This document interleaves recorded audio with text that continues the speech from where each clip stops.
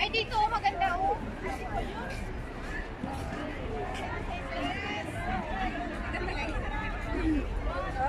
Ano natin? Dito yung mga gamit oh, maganda sa entrance. Sunflower siya. Dito yung gamit. What if lahat ng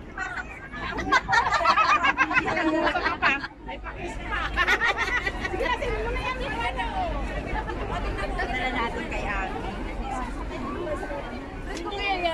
Nilagay lang nila yan. Doon ka to, hindi. Yan, hindi. Itong iba plus. Gamitin ko yan. Mga dito. Ate! Hoy, nalaglag na ang ano nyo. Ate, Joy! Ate,